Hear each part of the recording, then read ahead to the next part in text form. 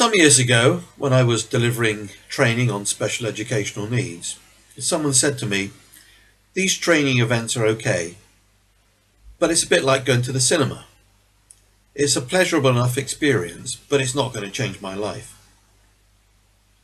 The point I realised is that whilst individual, team and organisational development programmes have their place, there is a missed opportunity to develop individuals, teams and organisations in a more coordinated, collaborative and cooperative way. The idea that things could and should be different if we are to have a greater impact on the lives of vulnerable children and young people has led to my enthusiasm for developing a learning organisation. The researcher and author Chris Argyris has made considerable inquiries into the concept of a learning organisation and addresses the issue of values, which he says are speech marks often recognised but rarely addressed, undo speech marks, and the constraints traditional social science research places on researchers not on what to study but on how to study, which indirectly may influence the choice of what is studied. He suggests that we need research that is not only questions the status quo but also produces knowledge about how to alter it, i.e. research designed to produce understanding for the purposes of action. For me, this supports my view that the research I'm undertaking on authentic leadership as a practitioner researcher and its place in the learning organisation through action research with a living theory approach is not only justified but necessary.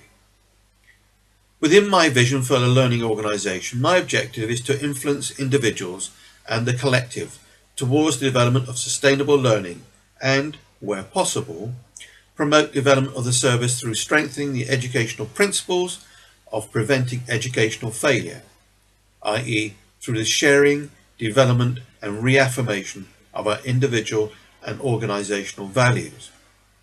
In addition, I think I can add to this process and encourage deep learning in individuals and the organisation through developing my leadership through a living theory approach.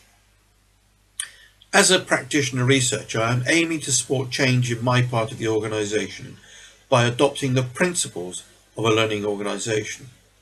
That is, by encouraging individual and collective learning, learning by doing and reflection, making learning a conscious activity, giving permissions to learn from mistakes, providing space for collective learning and fostering dialogue and inquiry.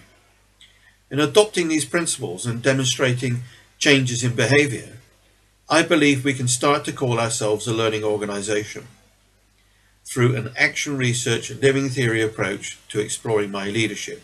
I'm not just looking at learning at a procedural level, a change in behaviour, but at a deep and sustainable learning level through the exposition of individual and collective values and building our learning and changing our behaviour from that bedrock position.